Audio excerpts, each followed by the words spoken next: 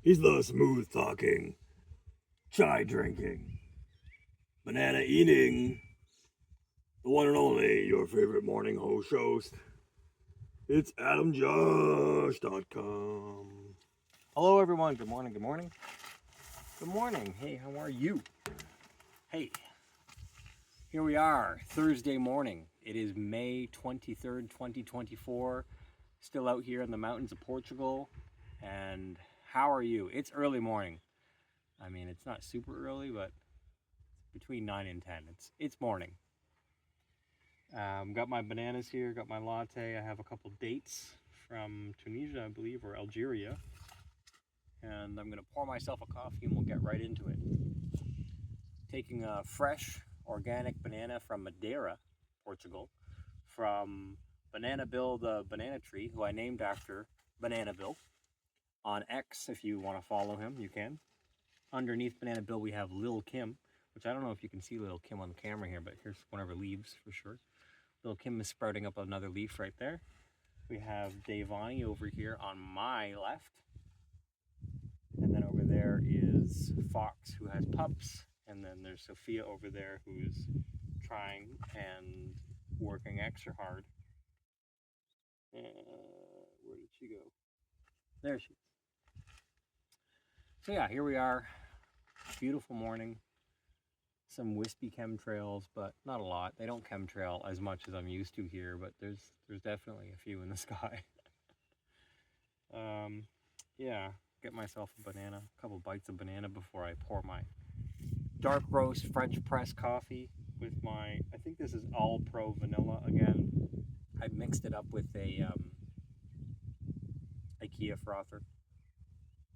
99, best 99 cents I've ever spent. What can I tell you? It's the Morning Banana Show, episode number 179. There's been a few developments. I was going to say not much has happened since the last Morning Banana Show, but there has been a few developments.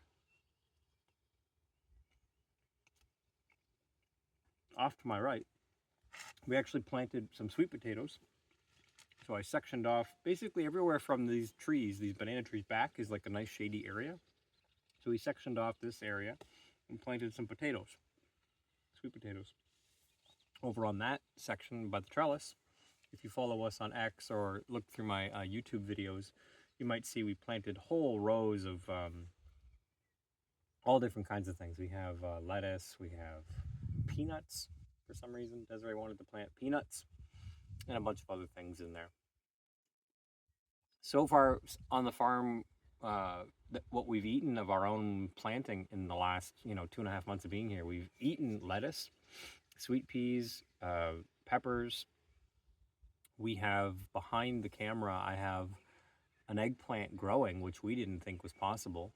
The eggplant was in the high heat, but it's growing now. Maybe it just needed some time to root. The potatoes in containers or potatoes in pots are growing really well, too well. It makes you want to take them out and put them in the soil, but apparently they do better in containers. So we planted a lot of new things. Oh, I started germinating some local orange seeds from some of our favorite local oranges. Being in Portugal, I've tried so many oranges. And some of our favorite oranges come from farms that are around here, close by. So we germinated some seeds, specifically 6 seeds for our first round of germination. And every single one of the seeds has sprouted. So next up is planting it in pots, letting it grow to be like a small orange pup tree.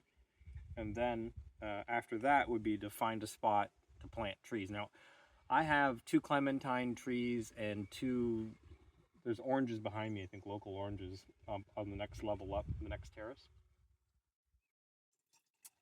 So I don't particularly need a lot of orange trees. I already have 4 on the property. We already have 4 orange trees, but I'm going to plant another 2, so we'll have 6 orange trees. And 2 or 4. Maybe we're going to sell 2 if I think they will grow. And and then I'm gonna put 2 down the next terrace. There's land one level down. I'm on a terraced mountain. There's land one level down that we're gonna buy in the future, but for now it's just, I don't know about small section of land, but it's a section of land that we're gonna have to purchase. For now, it's publicly owned. It's a good latte. So in the meanwhile, might as well get some orange trees started on it. Whether we eat the oranges, whether someone else does, everyone benefits from orange trees. Especially when there's no infrastructure. Like, I'm not concerned about where I'm planting. You know how you call before you dig in Canada or in the United States? You call like a utility company to come do locates. Here, in the mountains of Portugal, you know, there's nothing out here. I'm literally off grid, so anywhere that it's more like if you want to try to dig on a mountain, you go right ahead. Mostly around here, you hit rock. That was one of our big concerns when we were shopping for land. I even had a dream about it, like a premonition, that one of the places that we were going to buy would just be rocky soil. So we were looking at places, and one of them was super rocky soil. And thankfully, I had told the kids the dream the night before, and they had said, "Dad, this was your dream. Don't buy this place." And I said, "Don't worry. I had no intention on buying a place with rocky soil. Our whole thing is we want to farm and garden and create a sanctuary, a food forest. So if we can't plant anything, then we're not interested." So that being here in Portugal, all the things that the land had to be for us to be able to buy it and part with our hard-earned money, it was a long list. I'm not going to say it was a super crazy list, but I mean we had a list of things that the land had to be, otherwise we weren't interested. It had to be big enough to put a farm stay on, had to be big enough to farm on, had to be isolated because we didn't want to be in the city. It had to be like close to amenities for when we invite people, close to an airport, for example, and we needed to have road access for people who come with RVs. Even that just by itself is kind of a lot of things to ask of a piece of land. And the other thing was kind of a final qualifier would be like, could we live on it immediately? Option to live on it immediately. When you think buying a farm, you think, okay, maybe I'll have to do some renovations before I can actually live there. I got to plant a freaking garden, all that type of stuff. So this was a very unique find, and it was something like our real estate agent, she was like, wait a minute. There is this one place that I've seen. It wasn't the top of her mind or top of the list of places to try to sell us. So yeah, all that being said, we feel like we are blessed, and the land is blessed. The things that we're growing, we're learning about the farmland. I mean, I'm between banana palms, looking at our palm trees in our farm stay in the mountains of Portugal. You know what I mean? It could be a lot worse. I woke up an hour and a half ago, I think. I'm wearing the Elwood dog meat t-shirt that Molly Elwood gave me in Toronto. Recently, I suggested to Desiree that we make a poster and put it on Instagram and make an Instagram account for the Love Farm Stay. And somehow she got in this, she found this vegan sisters or vegan women's area of Facebook. I don't know anything about Facebook, so I'm sorry if I'm sounding kind of silly right now. I don't use Facebook. But there's different groups you may know better than I do. And so she stumbled into Molly posting on this vegan groups And so we were really excited because we've met Molly in person, and we're like, come to the farm stay, come check it out. That's, I don't know what she said because that was like the last message, but saying all that, yeah. So there are vegans in Portugal. There are a community of vegan activists that are around the area. There are vegans in Portugal. Don't get. I know that you may think that I am the most famous vegan in Portugal. There's probably one person above me in the most famous vegan category in Portugal, and that would be Monica, the owner of Veggie Mommy. I would say if it was, I think it's up for debate on who's more famous, but I think as far as most famous male vegan, I'll take that. But I would say I would give her the most famous vegan woman. Also, who really cares about being a famous vegan? But I'm just saying as a point of conversation. In other news, there are tour buses that come down here, tour trains, like, so we're gonna we're gonna tour the outback.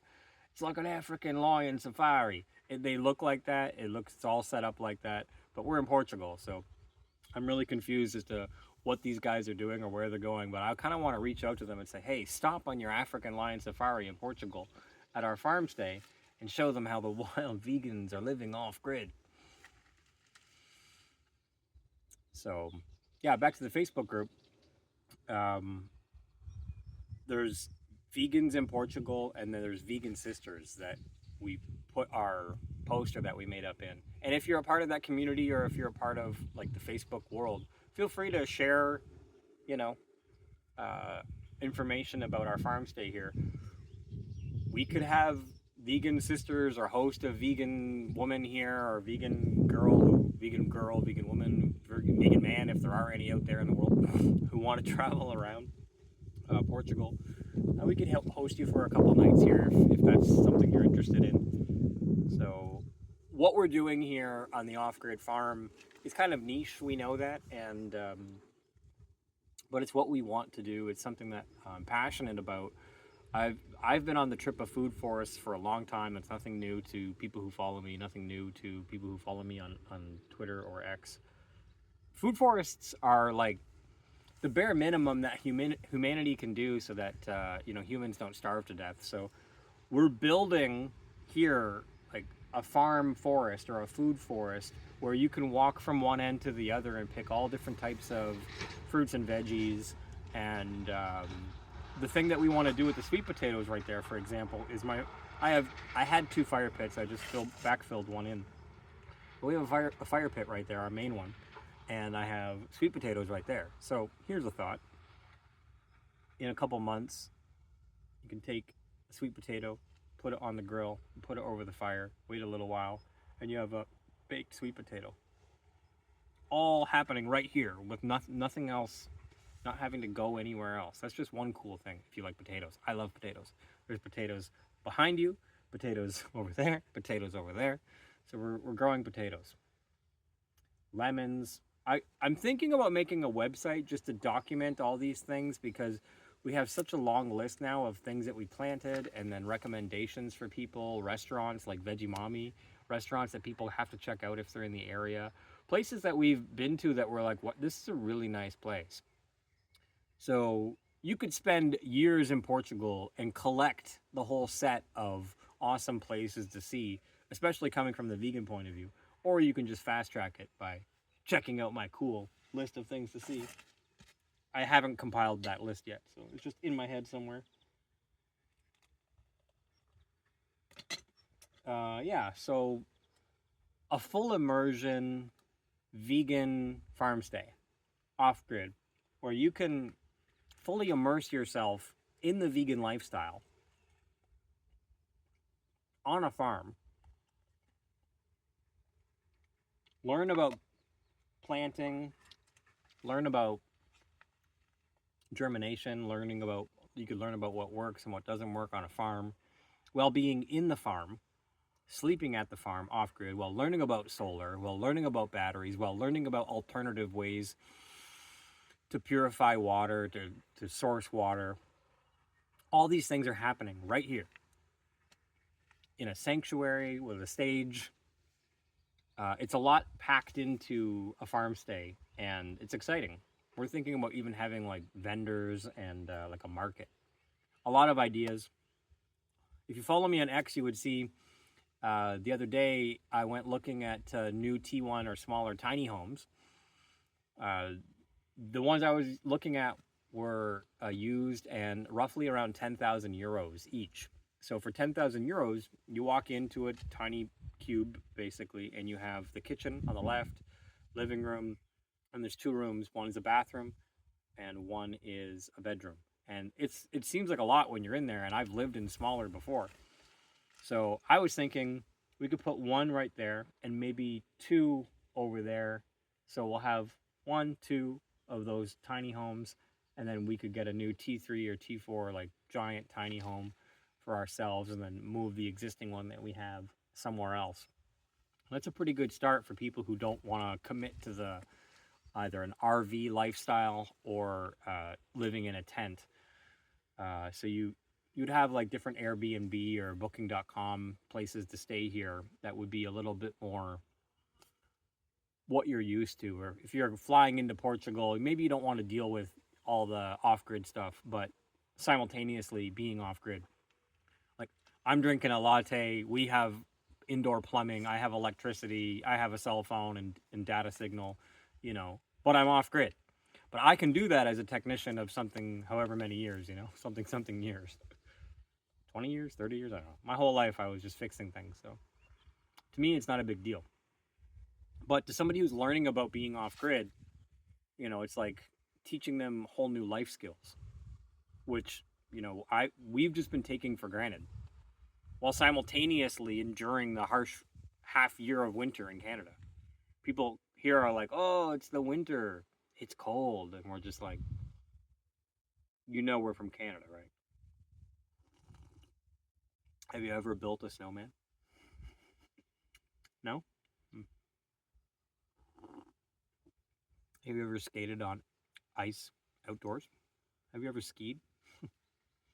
So people here have a different understanding of what cold is and what blessed land is. And it's really a mentality and some type of weird projection that Desiree and I don't understand.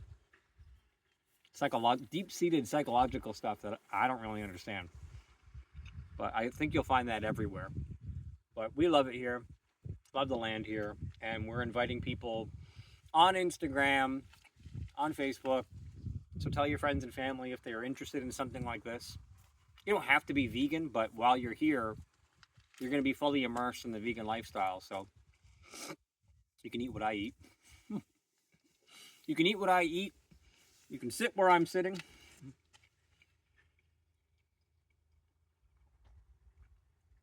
And we can show you around Portugal and talk to you about the vegan lifestyle if that's something you're interested in.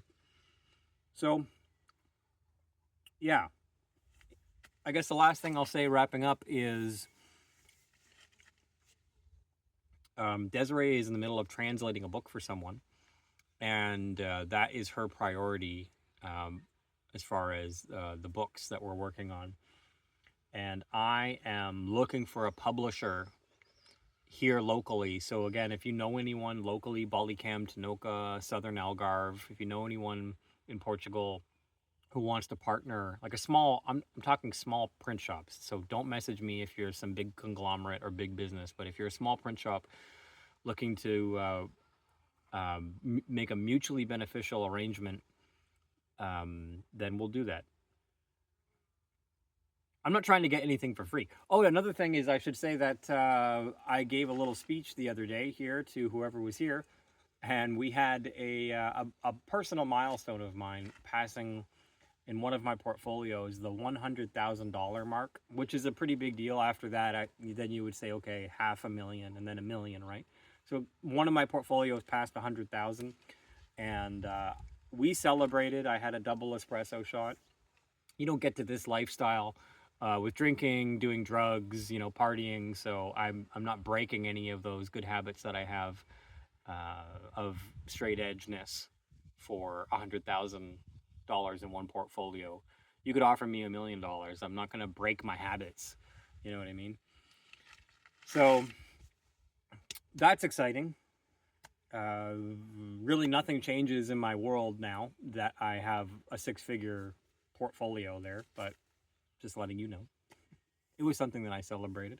You know, a good reason to pre-order my book at adamjosh.com/shop and see for yourself. There's a very short list of people who have pre-ordered it, but you could be one of them. And I mean, this type of investing and lifestyle and thinking is not for everyone, but for people like you and people like me, hey, we're out here, fam, you know, living the dream that a lot of people would love to live, but don't have the balls to do it.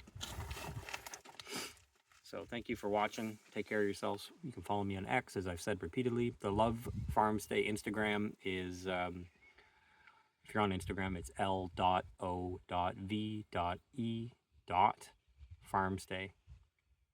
Love Farm Stay. I'm going to work on making a website, I think, because there's all those things that I want to list out that are harder to do in any other format. So I might make a website. It's not a big deal. I own several websites already. It's just making another one. Okay. Take care, everybody. Bye-bye.